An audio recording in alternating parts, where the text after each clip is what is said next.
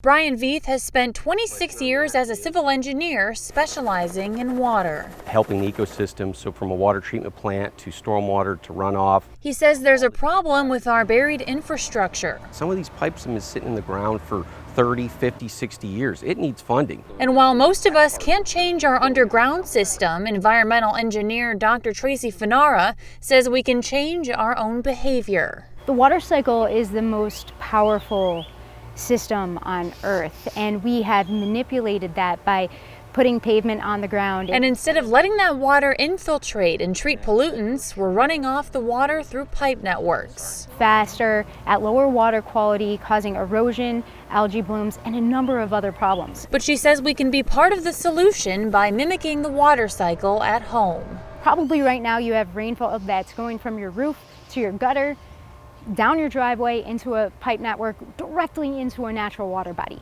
What you can do is disconnect that impervious, so it goes from your roof to your gutter into a cistern or rain barrel. Especially this time of year. Veith says homeowners should be less concerned with keeping their lawns green and more concerned with going green. Fertilizer has nitrogen, phosphorus. It obviously makes our lawns grow very green.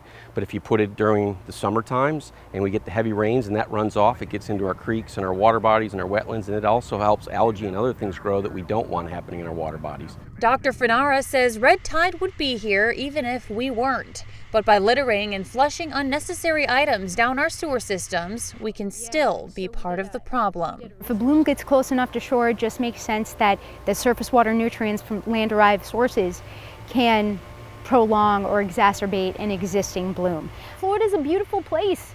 Let it be beautiful.